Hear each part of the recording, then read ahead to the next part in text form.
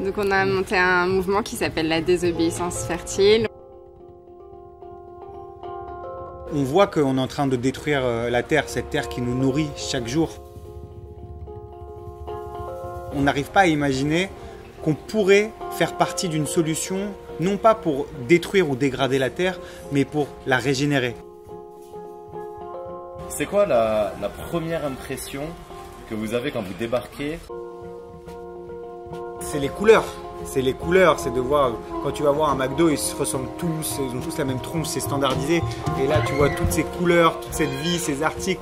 Tu sens qu'il y a une réappropriation du territoire par les habitants. Et c'est ça qui est merveilleux en fait. C'est que vous avez dessiné, vous avez designé cet espace à votre image.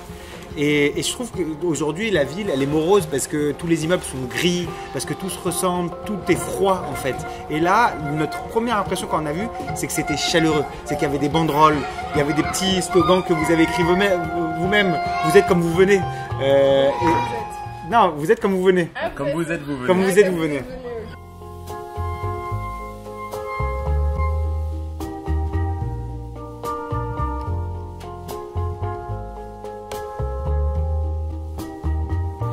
Souvent quand on pense humanitaire, on pense grosse ONG et donc un peu ceux qui sont au-dessus qui aident ceux qui sont en dessous. Et moi ce que j'aime dans ce projet, c'est que c'est ceux qui sont dans la misère, tu vois, qui se disent bah, finalement en fait c'est pas une fatalité et si on se prend en main, et ben on peut ensemble faire des choses de fou.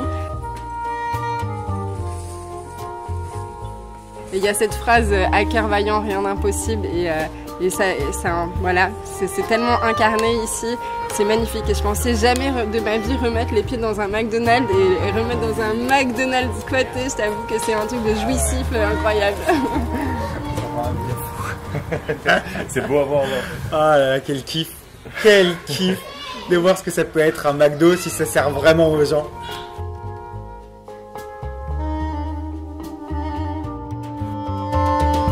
Ça donne beaucoup d'inspiration de se dire qu'on peut se réapproprier un territoire en plus qui était le symbole même du capitalisme ultralibéral avec toutes les injustices que ça générait.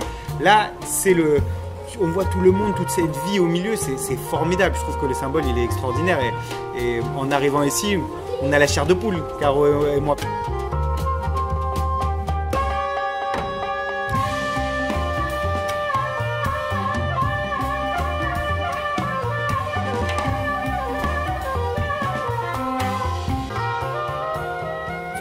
On sent qu'il y a les germes dans ce lieu d'un monde qui est en train d'une vie qui est en train de péter le béton pour rejaillir. On le voit là tout autour de nous.